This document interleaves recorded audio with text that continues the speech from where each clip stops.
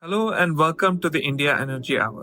I am Sandeep Pai, a former journalist with Hindustan Times and now an energy researcher at the University of British Columbia. And I'm Shreya Jay, journalist with Business Standard newspaper in Delhi, writing on the energy sector. Together, we are really excited to co host a new podcast on India's energy transition, the India Energy Hour. This podcast is hosted by 101 Reporters, an innovative news agency that connects grassroots reporters and media houses to bring out untold stories.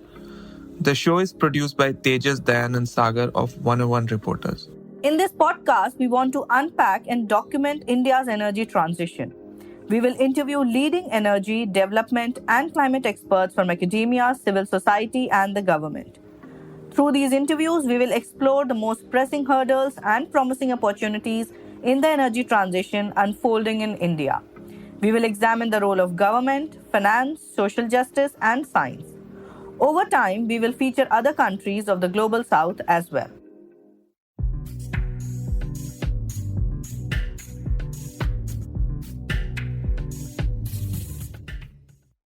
India's electricity sector is facing two major challenges: low electricity demand and massive overcapacity. On the one hand, renewable energy installations are on the rise in the country, but it is often curtailed. Over 100 gigawatts of solar and wind power have already been installed, and 50 gigawatts is under installation, and 27 gigawatts is under tendering. On the other hand, India is building several gigawatts of additional coal power. Yet many of the efficient coal fired power plants remain underutilized. So, can India optimize its power sector such that renewables thrive and efficient coal power plants get preference? Can this be done such that India reduces its carbon and environmental footprint?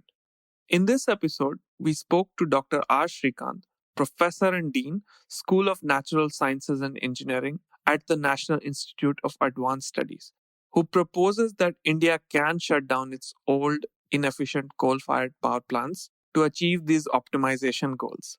This proposal emerged from a large study Dr. Srikanth and his colleagues undertook, focusing on the transition plan for thermal power plants in India.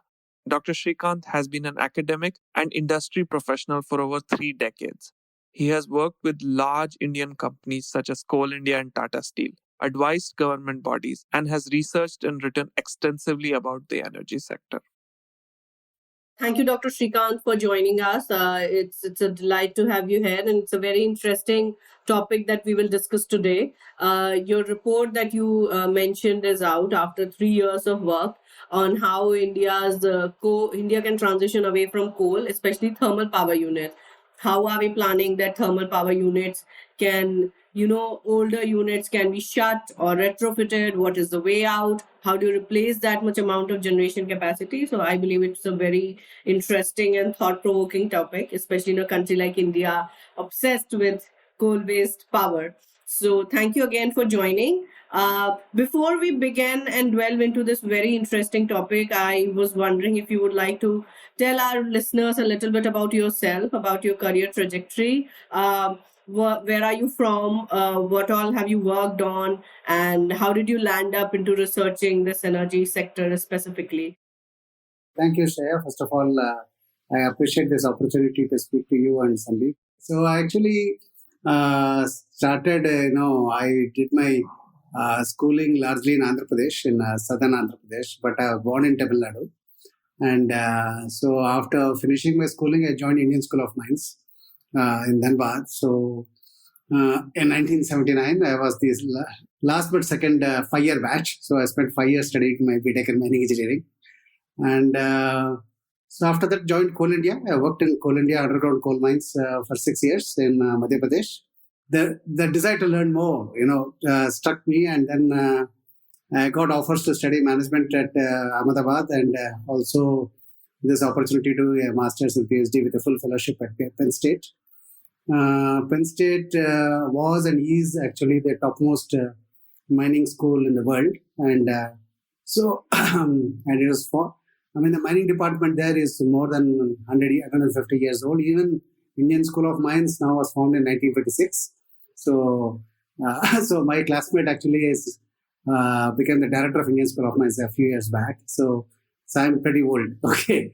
So I finished my master's in mining. Then I decided that I wanted to get into the science of quantification. The one big difference that Sandeep will tell you between Indian education system and the American education system, I can't comment on the others, but at least I can comment on the American system and the Indian system. American system relies heavily on quantification. Numbers are basically very, very important. So I was very fascinated by that because that what I believe is the numbers actually help us to be more objective. But of course, there is much more to life other than numbers. But numbers are also very, very important. And sometimes, emotions cloud the debate if you don't have the numbers to prove what you say. But of course, what are those numbers is very important. So you should have the right numbers about the right things on the table. So before you do something, correct. So then I decided to do a double PhD in mining and operations research. So I finished that in 1996, December. I was really desperate to return to India, though it was the Clinton years. And, the convocation I had was actually President Clinton gave away the degree. So I jumped on the last, the day my convocation was over, I returned to India. That night, I flew back to India. I said, I'm going to join the industry. I'm fed up with academia now. So I joined industry. I joined Tata Steel, worked there in the raw materials division. I was general manager of Tata Steel Mines for a few years. And then I said that, that I want to go to a international mining company. So then I joined an international mining company, an Australian company. I was there for 5 years. Then I said, that now is the time for me to do something different.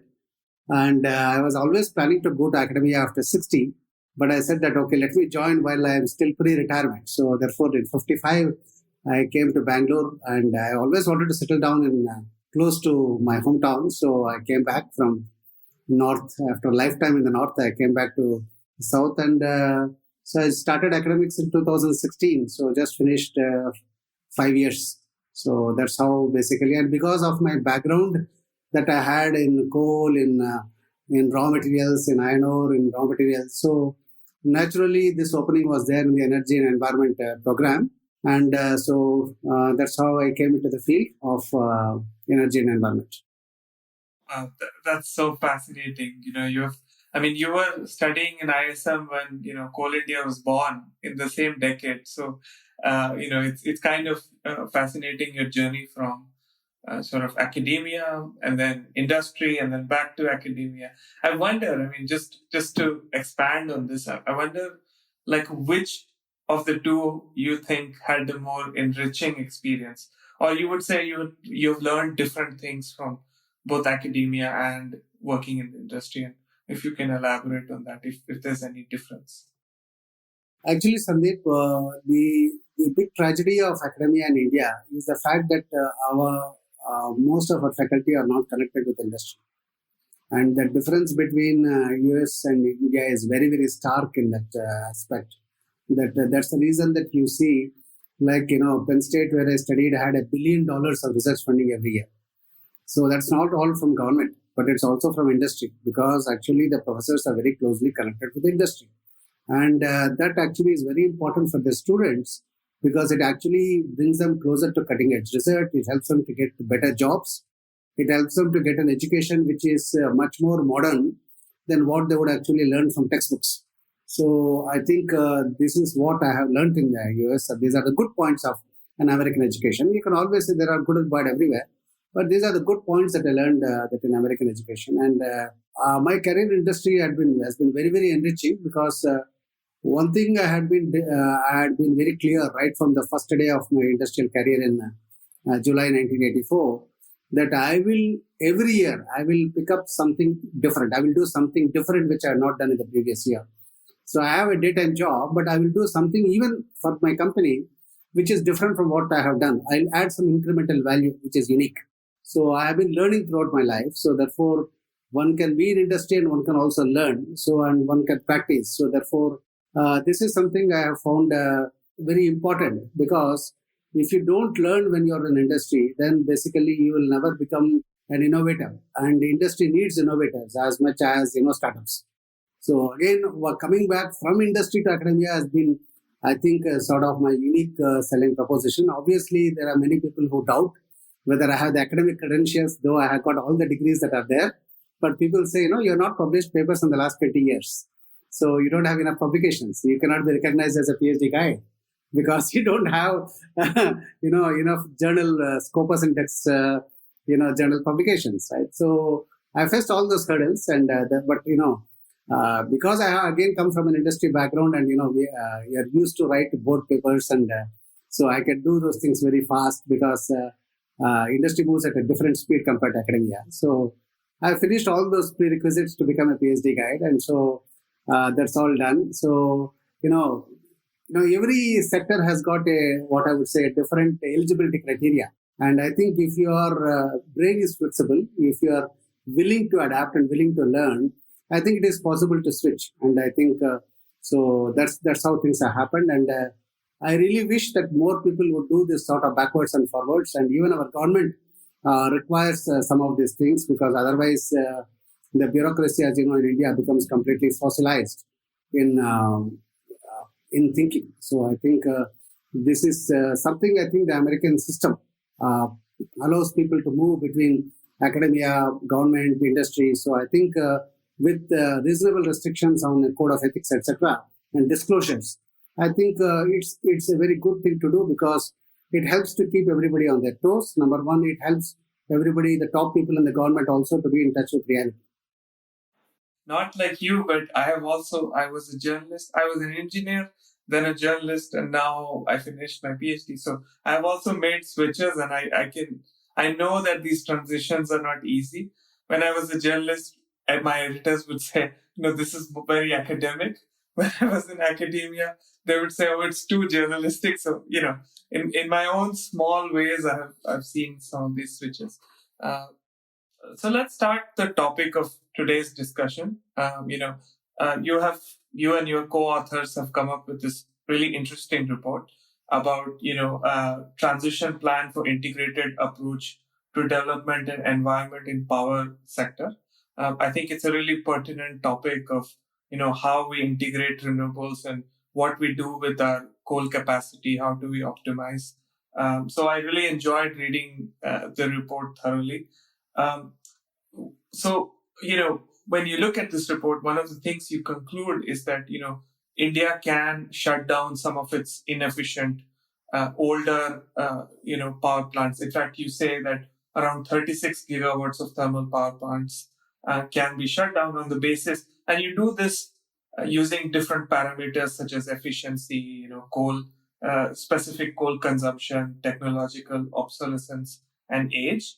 And you also propose how that shortfall can be met by using a bunch of different things, which I would let you explain. So I'm wondering if from the beginning, do you want to start by first laying out what the methodology was, and then what were your key findings beyond what I mentioned?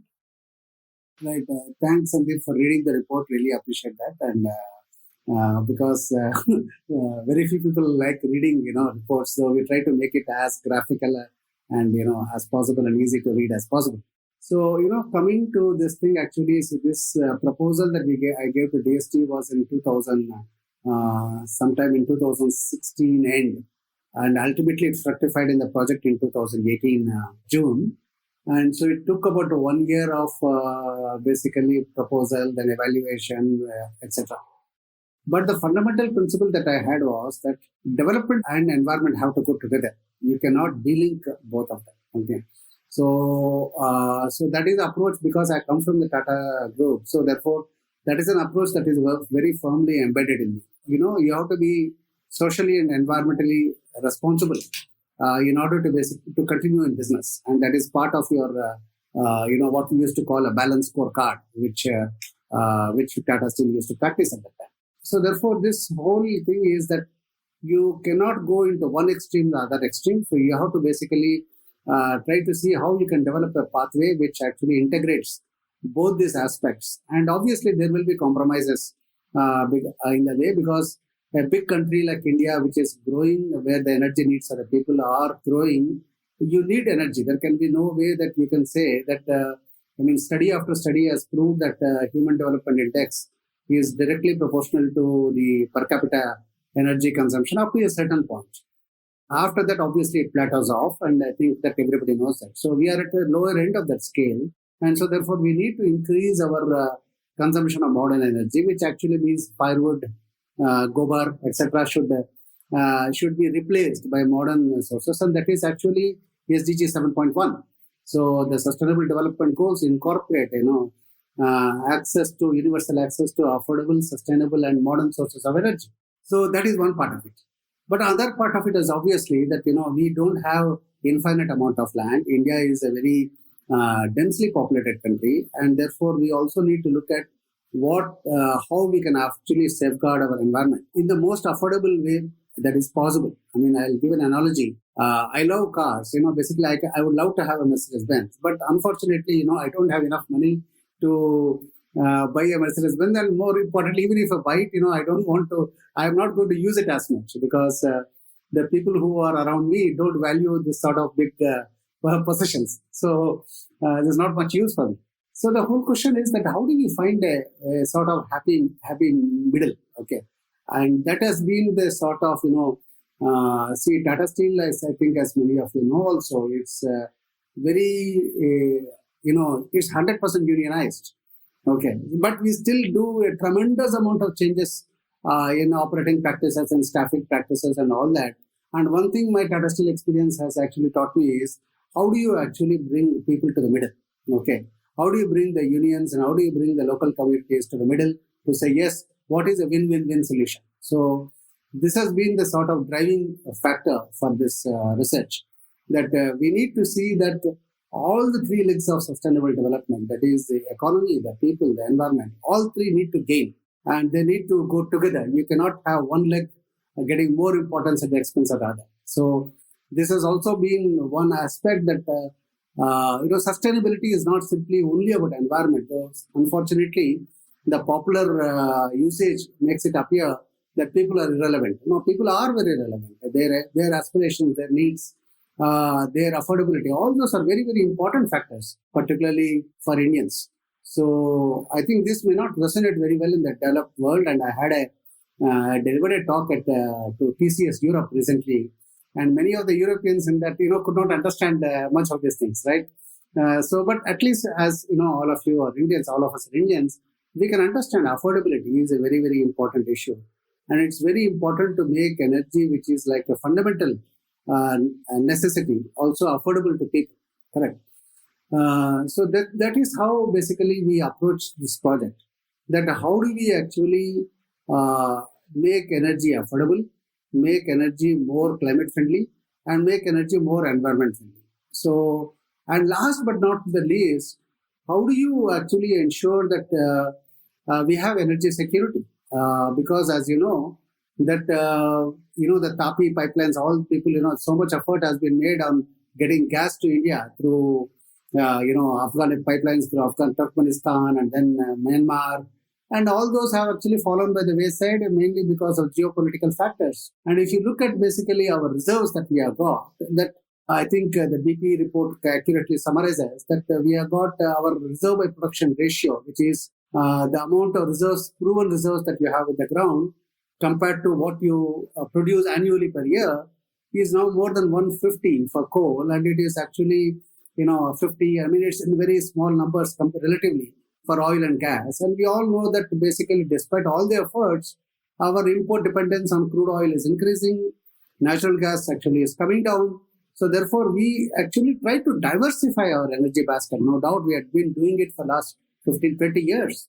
But we could not succeed because it is actually because we are not geologically endowed with enough of hydrocarbons.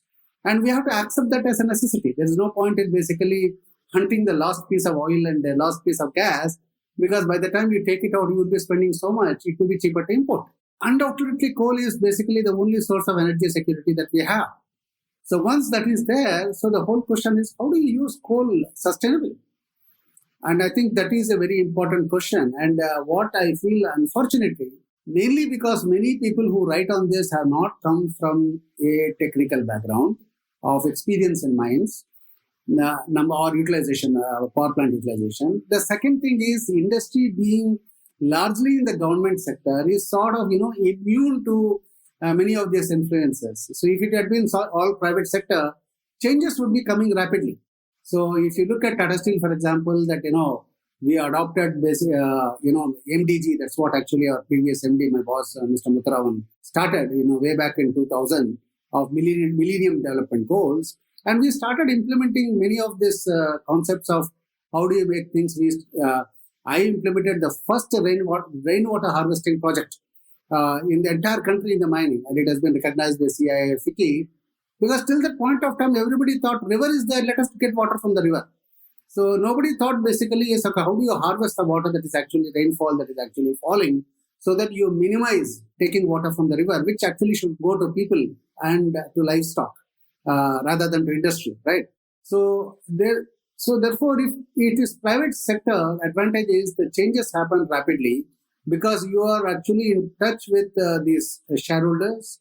You are more susceptible to pressures as well from foreign investors, Indian investors, etc. So I think because of the structure of the power sector and the structure of the mining, particularly coal sector, they have actually not adapted to this need to be more sustainable fast enough. Okay, and I think technology is available, and it's all demonstrated, proven technology. There is not much R&D required to say that how you can increase the energy efficiency of your boilers to such a point that basically you can reduce your emissions by 20% and still rely on coal. So therefore, all these technologies are available. They have been proven. The only problem basically is that all these technologies were all invented, most of them in the United States. And basically, they're obviously very costly, but they were costly relative to the, say, supercritical plants 10, 15 years back. If you look at today's age, what are the needs of society? What are the needs of government in terms of environmental norms? The needs are totally different. So now if you want to retrofit the flue gas desulfurizers and if you do all that, obviously the cost of a new power plant increases to 7 crore per megawatt or so. And now you actually have a whole host of technologies like this advanced ultra-supercritical technology, and even better the IGCC, the integrated gasification combined cycle technology, which are far more energy efficient. And IGCC has got the additional advantages, it is CO2 capture ready. So you can get CO2 as a separate stream. And that is a great thing that you can do if you are able to utilize the stream, if you are able to take out the carbon, that carbon can be used as carbon black, which has got, huge uses downstream in tire industry, etc. So there is technology available. There are plants running in the world on this technology in Korea, in Africa, and in US. The issue basically is that somewhere, because it is a government-dominated industry, the desire to basically go for this technology takes time, and it unfortunately it has to come through a government mandate rather than basically the desire to improve. Okay, and as all of you know, that though the private sector power plants came up in a big way, unfortunately, because at that point of time, our procurement system is all, even for power, it's basically lowest. So therefore, everybody went for Chinese power plants, and therefore they bought the cheapest and the dirtiest, so to speak. So that's what everybody has done. So the issue is that it's a sort of the make of the sector players, the giants. And there are always exceptions. Like for example, if you look at Tata Power, they put up Mundra. Mundra came with FGDs even before it was fashionable to use FGDs. So like Sasan, which actually came up much later, at just around the same time, they are installing FGDs now, whereas Mundra right from the beginning, and it's located in a very remote part of India and close to the sea, where the breeze is so heavy. But they are putting the world's best technology right in the beginning. So therefore, there are some groups which are technology heavy, which rely on technology to solve many of these problems. And I really firmly believe that science and technology can produce solutions. And I think the vaccine that we are seeing is a very classic case that how in record time a vaccine could be rolled out and how it could actually save billions of people in the world. So therefore, science and technology has got solutions. Unfortunately, the energy sector has been very slow in adapting to this and implementing this.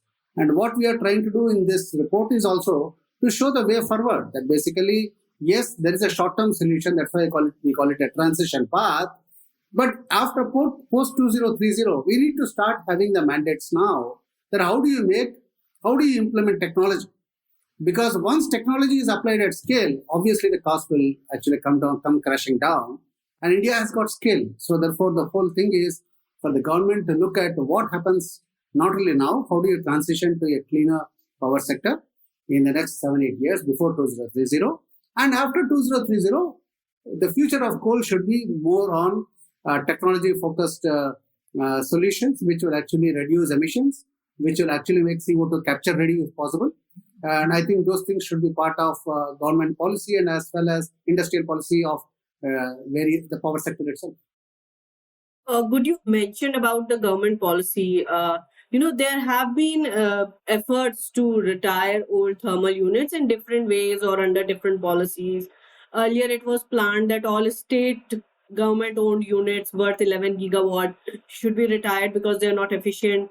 Then there came the Ministry of Environment and Forest norms, which asked for inefficient units to either retrofit FGD or retire a certain amount. The retrofit has not been a much success with a lot of units. It has still seen a very slow start and the deadline keep getting extended. And there were several other calculations that were done. There have been independent reports also which suggest different measures on which unit should be retired, which should be retrofitted. So basis of your calculations that you have done in your report, can you help us understand that what is the basis of you suggesting these number of plants that should be retired completely? What is the basis of your calculation and what all rationale and methods did you use there?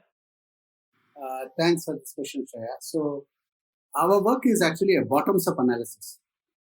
We are not started from the top saying that this should be the policy and how to implement it. So what we have done basically is over a period of this, it has taken us 2 years to collect data from on more than 200 power stations in the country and largely through RTI. So we have collected basically from their environmental statements which they submit to the pollution control boards, from their environmental compliance statements that they submit to MOEF and pollution control boards. We have actually collected these documents from more than 200 power stations in the country and for 3 years in each case. So therefore what we have done basically is that I think Sandeep has done this with the coal mines. So we have done a very similar thing that we have actually collected data from the bottom. That is the compliance reports, water consumption, SO2 emissions, particulate matter emissions, so NOx emissions, SOx emissions. So we have collected coal consumptions, power generation. So therefore, we have collected all this bottoms up, data from 200 plus power stations in the country. And that is what the data that actually we have plotted in our report. I think figure 3A, 3B, 3C, they actually show that.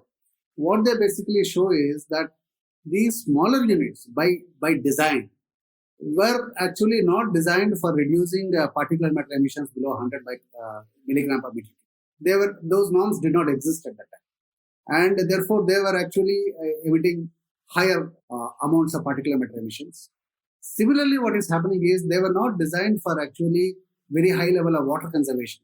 So therefore, basically, initially, of course, some of the plants actually were using what is called the once through technology, which means that you take the water and basically just use it in steam and then discharge it to the atmosphere. And you take water back again, so you don't recycle it. So fortunately, many of the plants actually started recycling later and they started adding recycling equipment to reduce makeup water consumption. But even then, what is called the number of cycles of concentration, the number of times that you can actually recycle the water and make it fit for use in the power plant, that has actually increased over time. As a result, what has happened, water consumption in the newer plants is about 50% of that of the older plants.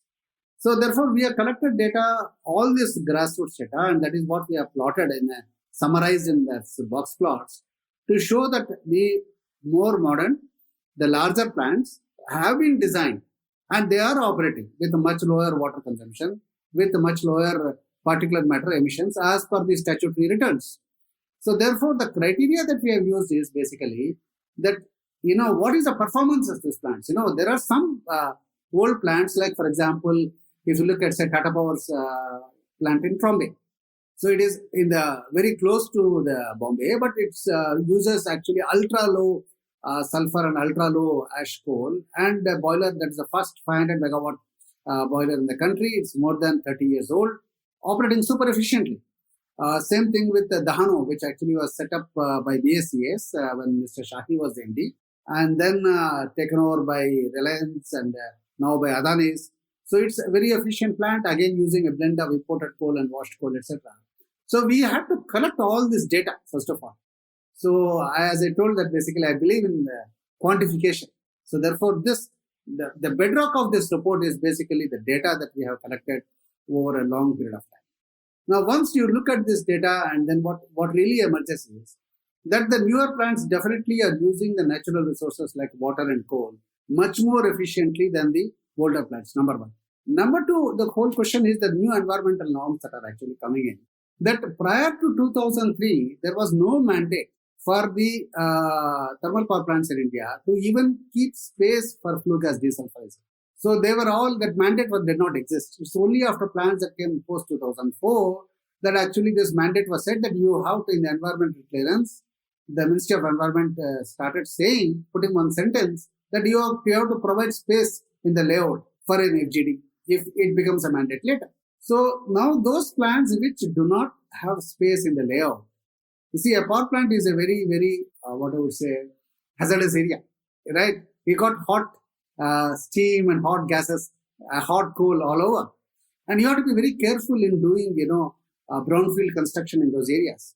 So if you don't have space, so obviously it creates a lot of issues that you have to, the cost of retrofit actually increases, and it actually becomes, the shutdown periods for the power plant actually become very long because the amount of on-site construction for the retrofit increases. So therefore, that is another basically sort of, constraint that is there in the older plants, that they could actually, even if you force them to do, they can do it. Anything can be done with money, but then their cost actually becomes very high. And though their fixed cost after 25 years would have come to near zero, what would actually happen is the cost of these retrofits becomes very high. The second thing is that if you look at the older plants, the CA norm says, because as it just everything, all the tubes in the boiler, they're all carrying hot gases, hot steam, and then they have to cool down. And whenever this backing down of power plants happen, and that has become more frequent nowadays because of solar power in the daytime, and therefore many of the power plants are told to back down, so or shut down completely. So therefore you have these cycles of lighting up, firing, then basically again actually backing down. So therefore this results in something called mechanically fatigue. So human beings also experience, all of us have experienced fatigue at various points of time. So even for a mechanical equipment, it actually experiences fatigue. And fatigue is very dangerous in a mechanical piece of equipment like a tube or a rod or a steel plate, because fatigue means it can fail suddenly at any point of time.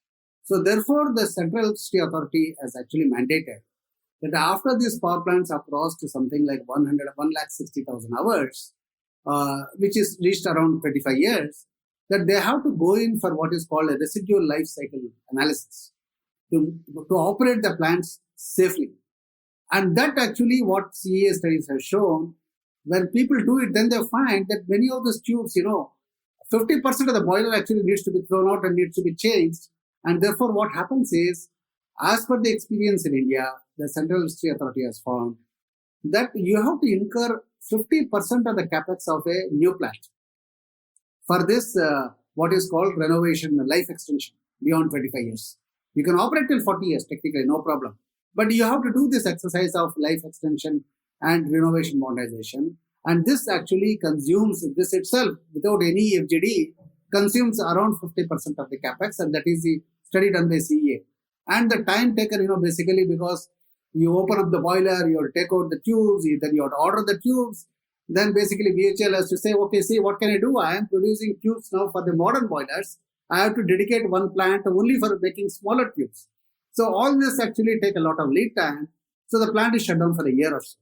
So it obviously leads to revenue loss for the Gencos. And therefore, while there was a need for doing all of these exercises earlier, the Gencos have lost interest in doing the life extension and renovation modernization. Plus, what is actually happening is, if you want to look at the new norms, there is also a requirement for plants to basically be more flexible, which actually means that the government says that actually because solar power is coming to its peak at 12 noon and reducing to near zero at 6 p.m., where the peak demand in India is around 7 p.m., the thermal power plants also should dance to the tune of the renewable energy, which means that they have to reduce to a minimum in the daytime and then increase sharply in the evening hours so that they are able to meet the peak demand. So this dance that actually happens requires a technical minimum and a ramp rate, which basically from the minimum they are able to ramp up to peak capacity to meet the peak demand to prevent load shedding. So if this ramp rate is not sufficient, you have to basically do load shedding. So therefore, a lot of backing down of solar power actually happens because our older power plants were not designed for this. The coal power plants in India have not been designed to be flexible. They have been designed to be base load plants. Base load plants means that you have to operate them at continuously at a rated capacity or 80% of the rated capacity. That is when they actually operate as per the design parameters of, energy efficiency, water consumption. All those efficiency parameters are all actually rated when it is operating at near rated capacity. So now when you start telling the old plants that you have to do this and you have to go to 55% at minimum, reach a level, operate at a level of 55%, and you have to ramp up at a rate of 1% of capacity per minute, it's technically not feasible. They were not designed for that.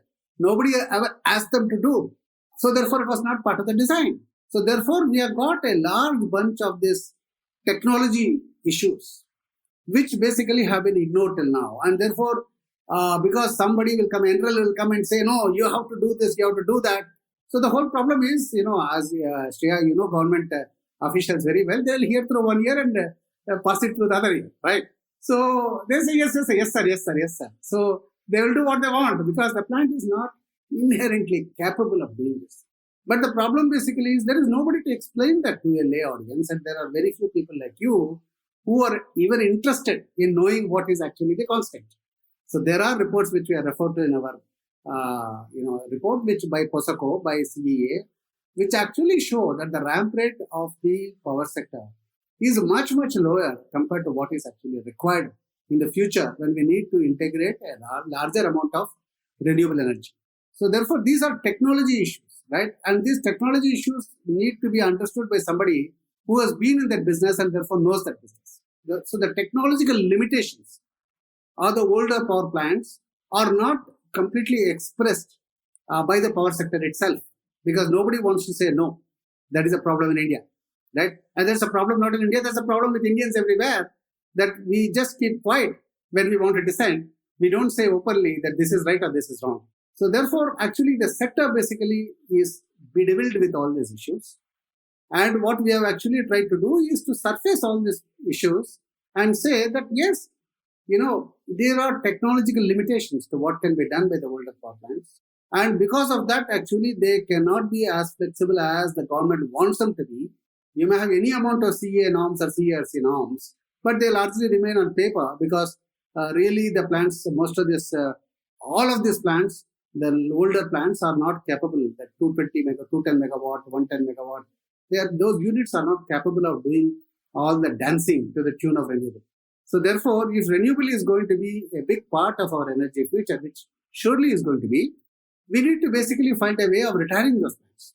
So the opportunity that we have today is that, in the 2012 to 2019 period, we got a huge increase in number of power plants coming on stream and getting underloaded because the demand has not grown at the same pace that was anticipated in the 18th Electric Power Survey. See, the 18th Electric Power Survey was issued in 2011. And many of these power plants basically were conceived where power purchase agreements were signed at that point of time when basically the India was in the growth phase the economy was booming. The power, if you recall that we had huge peak demand shortages, even to the tune of 20% in those years. And therefore, there was an urgent need to basically ramp up electricity. And coal was the only solution at that time. So many of those plants were sanctioned, many of those plants have come. And unfortunately, the private sector power plants, after some time, they all fell by the wayside. But the government plants have continued. So therefore, most of the power stations that actually have come up are all, or continue to be under construction. They're all owned by government, in which there are 47 units which we have listed specifically by numbers. We have evaluated their actual status on the ground, that basically what is the status as per BHEL, what is the status as per CEA. We know what state that these plants are on. And if you can see that for these 47 units, already government companies have invested 1,77,000 crores till May 2021. That is 1.77 trillion rupees of public money already invested in these plants. And because these are government plants, they already come with power purchase agreements. They already come with coal supply agreements. So therefore, they are going to operate at very low efficiency levels if the older plants also continue to operate. So putting all this together, that's what we are trying to do, is that retire the older plants, bring these new plants on stream, and the new plants automatically will consume much lesser coal, which therefore reduces CO2 emissions, which reduces PM pollution, etc. They are designed to consume water as less than 3 metric cube per megawatt hour. So therefore, water consumption will also come down, and therefore the number of plants in the system will come down dramatically, and therefore grid integration also becomes simpler. And what has actually happened is that because these plants have been planned, 7, 8, 9 years back, already the grid connectivity is existing. So therefore, they can be connected to the grid because already the transmission system has reached them. And there is no difficulty. You don't have to lay a new transmission line, which actually creates further right-of-way issues. So we have actually done this as something which is doable. Shreya, I completely agree with you that there have been many sort of guidelines in the past. What we are trying to do is, this is something that we have discussed in 3 stakeholder consultation workshops.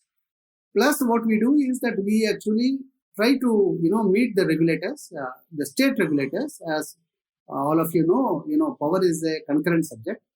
And incidentally, most of these plants that are to be retired actually belong to the state governments. They belong to the state GENCOs. And it's very important to take them into conference. So we meet the state GENCOs, we meet the regulators, and we try to convince them. So therefore, this we do as a sort of our, what I would say is, be a good citizen effort, and explain to them this thing. And hopefully what happens is that they use this report as a sort of, there are good people and technically qualified people in the government GENCOs also. They understand what they are trying to do. This expresses exactly the limitations of their older plants, why they cannot do. And they may find it useful to get support for retiring their plants and switching over to the new ones. Wonderful. I mean, you touched on so many interesting topics, and I'm going to pick on one, which is you talked about demand. And, like your report, I think covers till 2030. And based on that demand, you sort of made a estimate that even if you retire this, you can ramp up and use the already under construction power plants, plus, the power plants which are running under low, efficiency, you can ramp them up. So this is sort of a big picture question beyond, and you can speculate, and of course it's beyond 2030 is a little bit, futuristic, but does India need to build more than what we have, more power plants, more than what we have? If we have to, we are planning 450 gigawatts by 2030, and then who knows, the next target would be much higher. And so to balance that, would we need to construct more coal-fired power plants?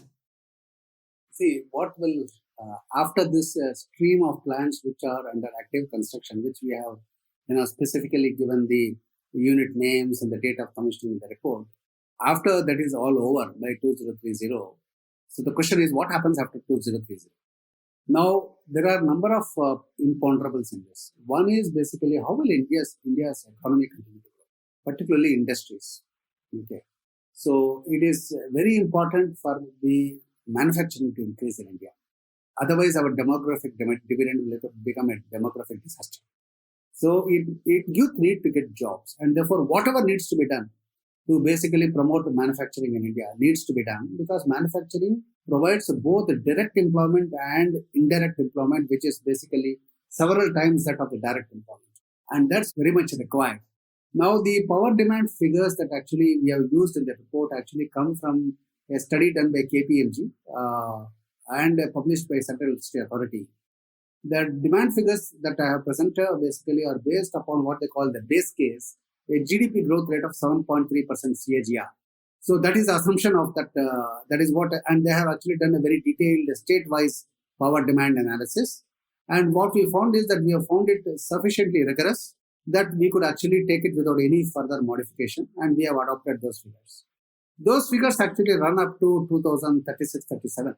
Okay, so therefore there is going to be an increase in the power demand in India right up till 2040. So you can say, so the peak demand as well as the electricity requirement is going to increase. There is no way that we are going to plateau in the next 20 years. That is something that everybody needs to realize, that we are not a UK or France or Germany, where basically it has plateaued off. And I think the challenge for India is, how do you increase electricity generation and at the same time try to control your emissions? So we have got a twin challenge. It is not. And third challenge, of course, is how do you manage it within the money that we have, given the fact that basically the COVID time has actually exposed what are all the frailties in our social sector and the healthcare sector. So therefore, given the state of government, funding that is available, our tax GDP ratio, etc. So therefore, there will always be, more demands for public money than what actually public money is available. Correct. So, but we have to grow. There is no way that basically that no projection can actually show that India's power demand is actually going to plateau after 2030. It is going to grow. So now one is basically to what extent. So from our analysis of the two reports by the Central Electricity Authority, one is what is called the 19th Electric Power Survey that was released in 2017. And this report actually, for which the groundwork has been, the model has been developed by KPMG and then vetted by CEA, which has come out in 2019. There is a difference of roughly 50 gigawatt by 2036-37. So that 50 gigawatt will actually mean, basically what is going to be the future role of coal, etc. Now we come to the targets. The whole question, I think what we have to realize is that we had a target for 175. And if you read the Standing Committee of Parliament reports, where the MNRE secretary has been asked this, there is a recent report that has come out in March 2021, which is a Standing Committee on Energy. And the title of the report is very suggestive. It's basically 175 gigawatt renewable, right? So that whole report is on 175 gigawatt. Obviously, there are a lot of constraints on the ground. And one of the major constraints on the ground is that you require a huge amount of land for, 4 to 5 acres per megawatt of power, number one. Number two, basically, yes, you can say you can put all of it in the Thar Desert, right? But the problem basically then is that you also have to build the transmission capacity. And then the whole problem is that the way the transmission capacity system works is that you have to have redundancy. Because if one line gets cut off, then basically you can't have plunged large portions of, the country, or like what happened in Delhi sometime back, into darkness. So you need to have actually redundancy built into the system, otherwise you'll have blackouts.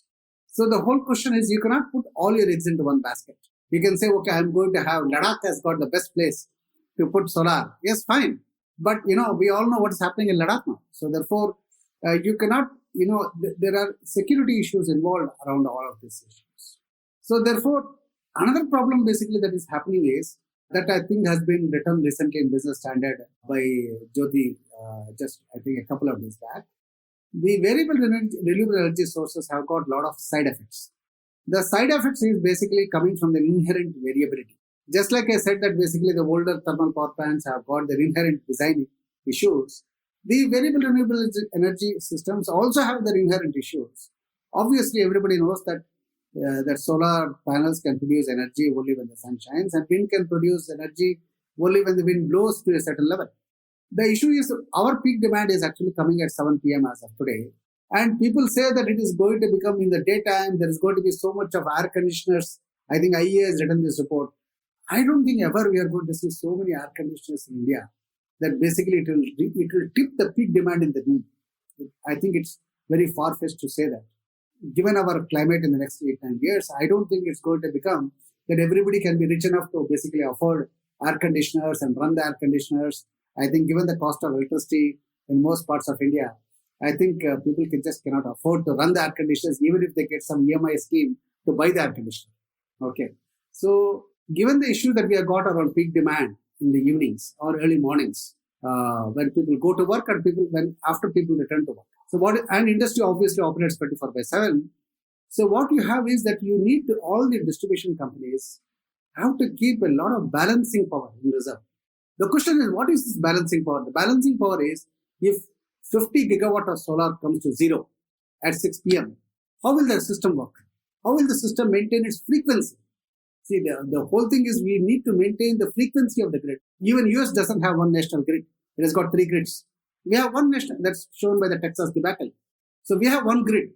So we need to the system needs to be balanced. The supply demand has to be balanced so delicately that we are operating at a very narrow range around that 50 cycles, 50 hertz. So therefore, to maintain that frequency, you need power to be injected into the system when the demand is there. Otherwise, load shedding will happen. So therefore, there is a need for more power to come up in the evenings. The issue is, what is the source of that power? Today, it is basically largely coal, or rather only coal. We have gas-based power plants, but we have got 25 gigawatt of gas-based power plants. And unfortunately, because of the failure of KGD6, most of this capacity is hardly operated. In fact, if you leave aside ONGC Tripura, which is basically based on the gas from Silhet, so the plants on the east coast, particularly in Andhra Pradesh or the Gujarat, Rajasthan, the NTPC plants, they are hardly operational. So the average peel-off is, I think, around 16% or so. So therefore, you have got these gas-based plants, but do they actually want to operate in the evening? Because nobody gives them an extra price for actually producing power at the peak demand. And that is a key issue, that you are evaluating all the India Energy Exchange and all that. All the numbers show that the electricity at 12 o'clock is different from the electricity at 7 o'clock. The prices are hugely different because the supply-demand scenario is totally different. In the Western world, you have got this time of day tariffs. So therefore, you are able to distinguish. So you know very well that 2 rupees 44 is meaningless. It is not comparable with any other price because that is coming at a time when actually there is the system is awash with power. Correct? So people say batteries are going to come. Definitely battery costs are reducing. And if they continue at this pace, batteries will form a good chunk of our power system in the future. But we have got another cheaper option, which is called pump storage. And there are a few pump storage plants in India. And since you wanted me to explain it in a very simple term, pump storage simply means that water basically is in hydroelectricity dams. Water which comes from the dam, which is actually at an elevation, at a height, comes down to the bottom. It is stored in a reservoir in the bottom, and it uses daytime power, which is cheaper power, maybe renewable power, to pump it back to the top, either in the daytime or in the night, when the supply is far exceeding the demand, so that you can actually release that water around, say, 6 o'clock. And the beauty of hydropower is that the ramp rate is around 50% per minute. So therefore, it is a fantastic peaking power. So you have this pump storage, and actually if you look at Japan, pump storage is very common in Japan. They actually use seawater. Many of our dams are designed for like Sardar Sarovar, even Nagarjuna Sagar, Teri. They are all designed with pump storage in mind. But what is happening here is you're using energy to generate energy. That you're using cheaper energy when energy is available electrical energy is available in abundance to store, to convert to potential energy by keeping the water at a height and then using that water to generate power when you need it at peak demand. These systems are already available. But what is actually happening is because the power policy does not distinguish between power at the peak time and power at the daytime, these projects are actually not economically viable today, and therefore they are languish. They don't have a lobby. Okay. There are CA reports which actually recommend that when you go for more and more renewable, you need to basically reignite, so to speak, all these pump storage projects, and you need to commission them very fast. And the classic example we have got in Tamil Nadu, we have got a project called Kadamparai near Coimbatore, which is a pump storage project, which is working very, very successfully. And the reason Tamil Nadu does it because they got a huge amount of wind that comes in monsoons in the northeast monsoon in particular, October, November, December. So they need to have pump storage to basically beat this sudden, downfall in the wind and etc. to all these natural vagaries. So you already have those systems. Again, this is proven technology. You don't have to wait for batteries to become cheaper. It's available. It is practiced in Japan, which is the most advanced country in the world in terms of technology, power plant technology. You can use that. But what happens is the government policies, despite the CEA reports, etc., they are not actually looking at it favorably. And I think this is very much required. So if these pump storage projects come up, and many projects have been designed for this pump storage, it doesn't require new dams to be built. It only requires a small, what is called a small dam in the bottom to store the water, enough water so that you are able to pump it in the daytime or pump it at night to release during the peak demand, say 1 hour or maximum 2 hours. So that is what is required. So many things are available. So it depends on how these things work out, how the cost of batteries comes in 8-9 years. Well, everybody says a Moore's law and all that applies, and therefore the cost will come down relentlessly, etc., etc. One thing that we all have to realize is there is a very popular saying that what cannot be grown has to be mined. Batteries use cobalt, nickel, and lithium. Now, where are these materials available? And what is the supply-demand scenario for these materials? And today what is actually happening, electric mobility is very much hampered in India because 40% of the car is the battery itself. And there is a huge war out there for cobalt, and cobalt is actually there. Large percentage of the world's reserves of cobalt are in the Congo, which I think all of us know is a war-torn region, which has got rife with child labor, etc., etc. A lot of issues around that. Lithium is more widely spread in the world, obviously. Then nickel is also, you've got a lot of nickel in Australia, in Russia, etc. So the issue basically is that it all depends upon when you are having something which is man-made, and it depends on basically the raw materials that have to be mined. Are those materials available in abundance? In so much of abundance that basically when the need for battery storage increases exponentially, both for electric cars and electric jeeps and buses, etc., and also for grid level storage, the supply-demand scenario is going to become quite different. And I'm very happy the IAS recently published a report a few months back on this raw materials for the future. And these are very scarce materials, and there is a war for all these materials. So you're going to have the wars that people fought for oil in 1970s. We are going to have something similar for all these materials in future, and it's already happening in the Congo. Just coming back, because we digressed, and I had a very interesting point to mention when you talked about all the policy recommendations and technology that is available. Everything is available. There have been reports, there has been data, there has been technology. You mentioned your report is so interesting in its own. Despite all this, these plants have been operating.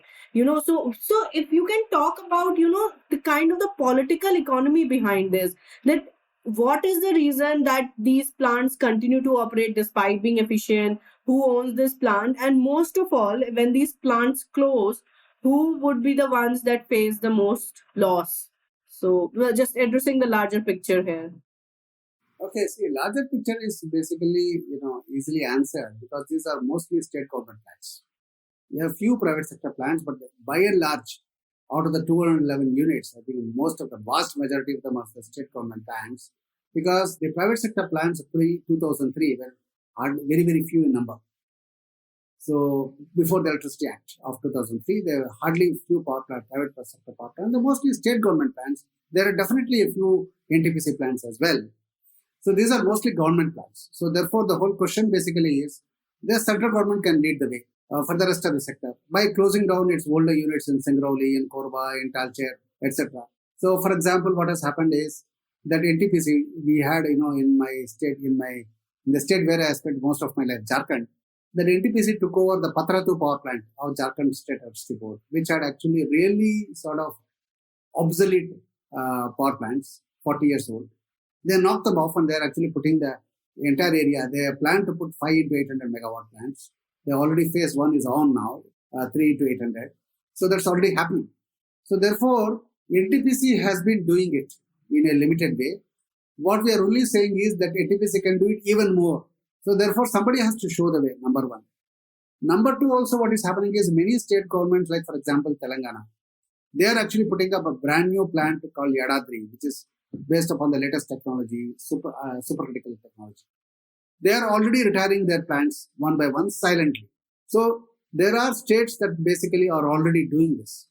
So this will happen when the states are convinced that basically it is in their interest to close down the older plants. And the reason that the Telangana state is closing down the older plants because they have got a very good, what I would say, a person who is chairman of the Telangana Genco, who was basically convinced the chief minister, if I have to operate the newer plants, I have to shut down the older plants, and I still have my energy security, and I can manage.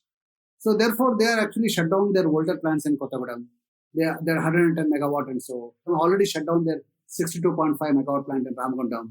So some of these plants that we have actually recommended, we have been discussing to the state Gencos for the past 2 years or so. And some of the 211 plants that we have mentioned have already been retired. So because people see the logic that I got a new plant which is going to come, I need to keep that plant utilized because otherwise the fixed cost per unit of that plant is going to skyrocket. And therefore they see that there is an opportunity for them to retire the old plants, transfer the manpower to the other upcoming units because the upcoming units also need people for operations. So therefore, this sort of alignment is already happening.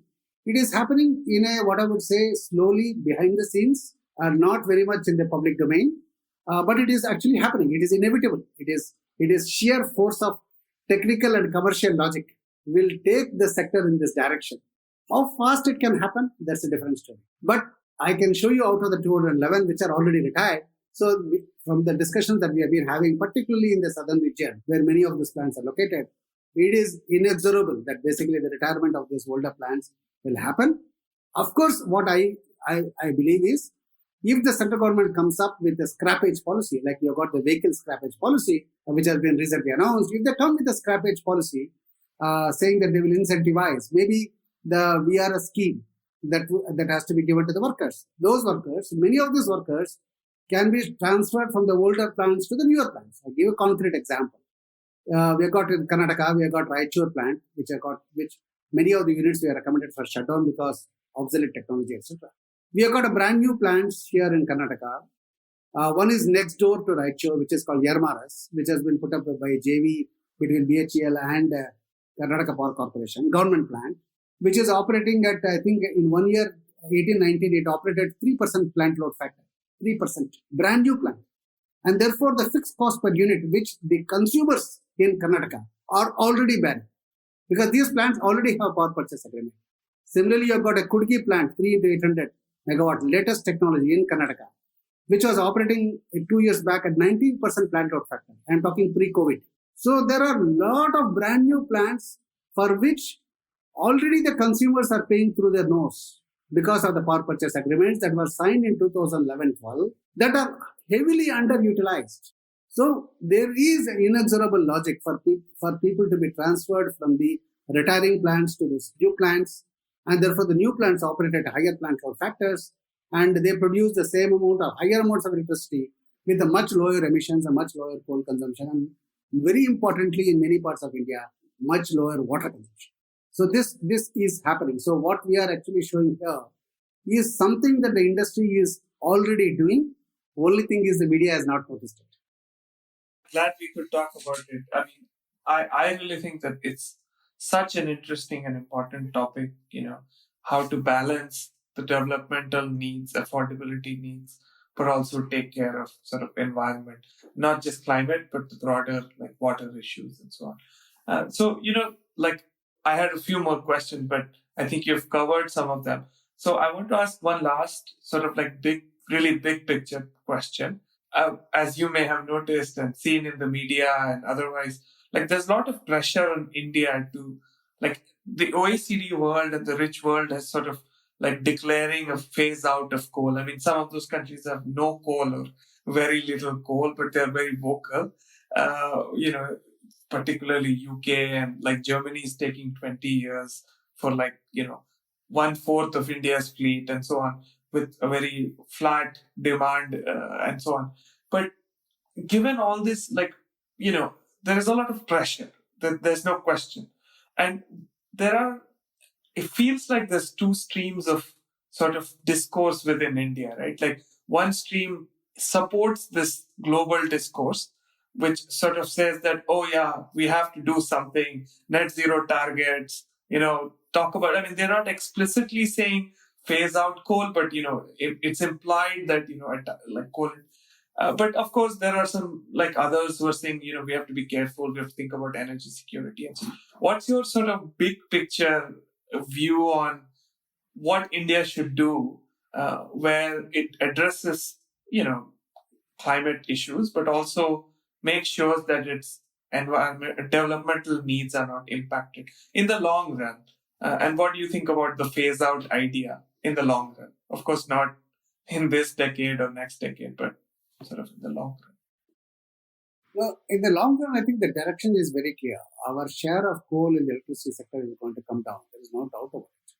So, and that's what we are actually quantified in our report, saying that our power generation will grow from coal. So from around 1,000 terawatt hour to 1,234, exactly 1,234 terawatt hour by 2030 from coal.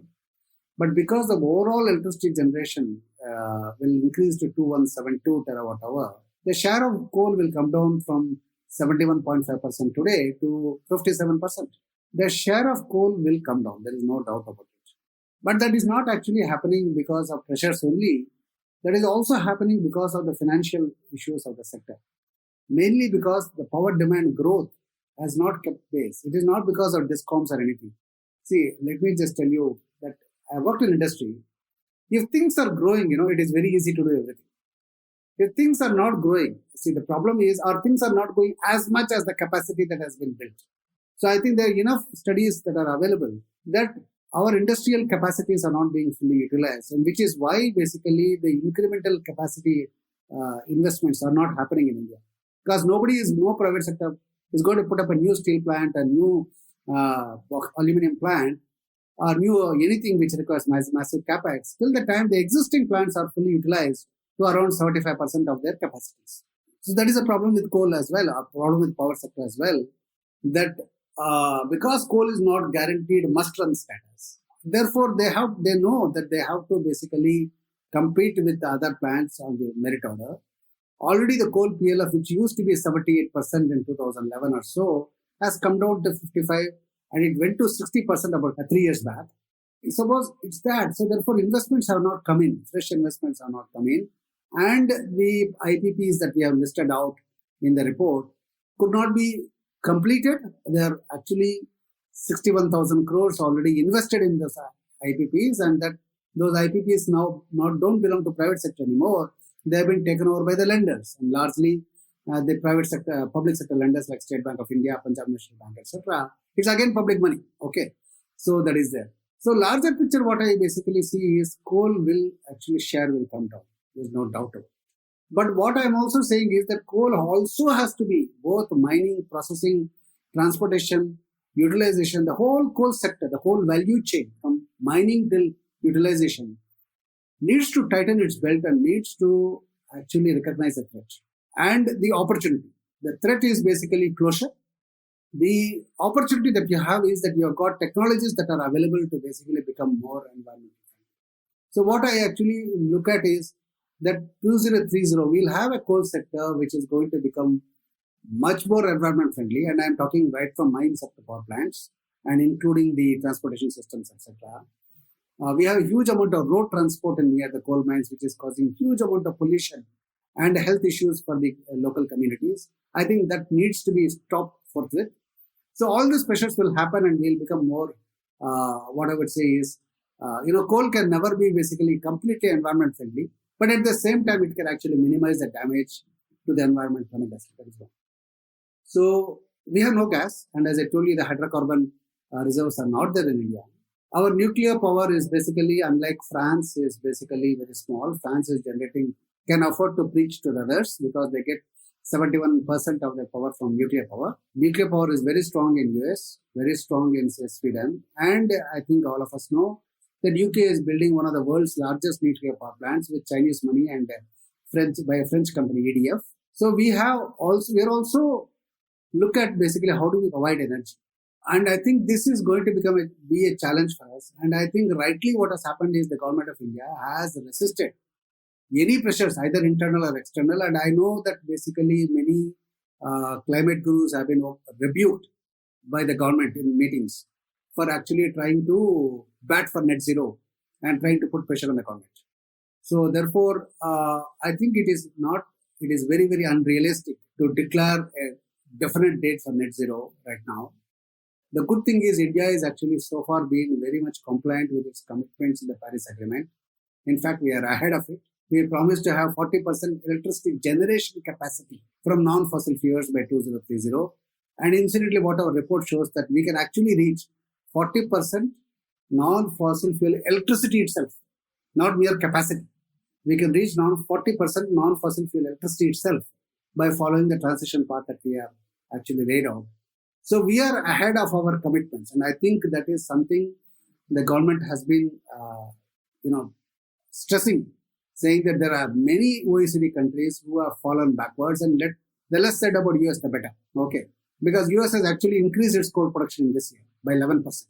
So therefore, basically, I don't know who can preach to us. So the issue is that, yes, okay, we have got very limited sources of alternatives. And if you look at, say, battery plus storage, etc., yes, it is all fine. Technically, everything is possible. We are yet to see a very large region of a country. I'm not talking about small islands, or I'm not talking about, small grids. Very large region, let us basically say mid-Atlantic region in the US. Or say, let us look at whole of Scotland. Are they completely 100% renewable that they can actually say, I don't have any other source but all renewable? Otherwise, they would not be building nuclear. Okay, so the whole question is that if you look at what the West has done as per the climate agreements, they were supposed to actually give technology. Money comes later. They were supposed to give technology. We have been negotiating with Arriva for a nuclear power, again a fossil fuel free option for Jetapur. The costs are basically not in the public domain, but they are known to be very much higher.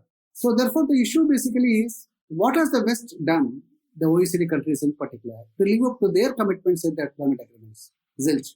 So I think there is a need for, and the government is pressing that. I think Mr. Javadekar used to be very vocal about it, that what are the contributions that the Western countries have made to the Green Climate Fund. I think we need to continue doing that, because otherwise it is not possible to change will happen, as I just mentioned. Change is inexorable. It is going to happen, but we can definitely accelerate the pace of change. And good thing is that even Mr. Bipendra Yadav, I think recently has also made a statement, and he has told that you cannot have a one-size-fits-all approach, because every country and the UN, right from Rio, the climate agreements have always been said that, okay, that there are different circumstances for each country. We need to be responsible. But also what I would actually say is that even the OECD countries, since you raised the point, have to be more responsible. They have to cut down their consumption.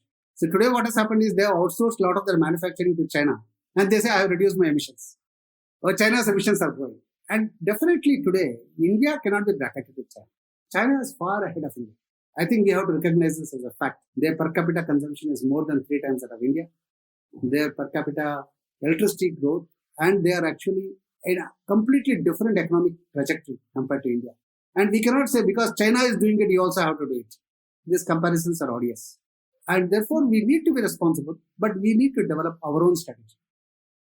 No, I completely agree with you on that, that we cannot be China. India needs to develop its own strategy.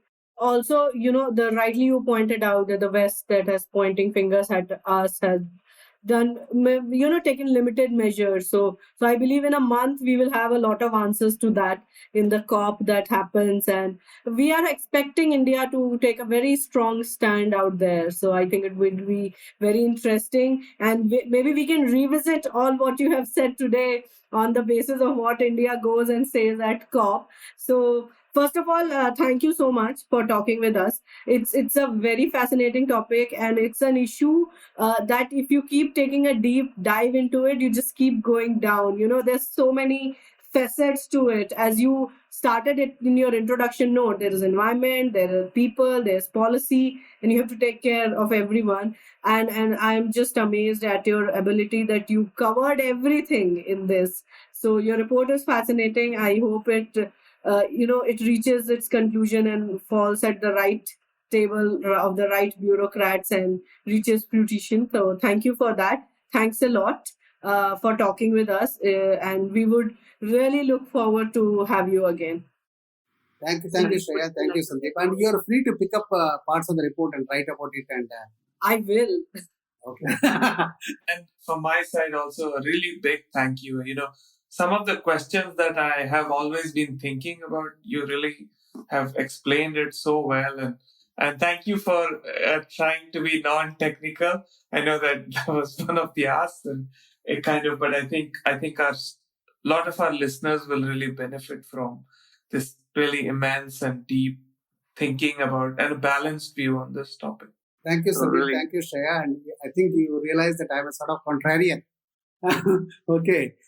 But, basically, you require a lot of courage of conviction to be alone. And I have fought several battles alone. I think, I'm not alone in this. I'm very happy to see, very people who are interested in a deep dive like both of you. I really appreciate, and thank you for your patience and, for including me in this delightful conversation.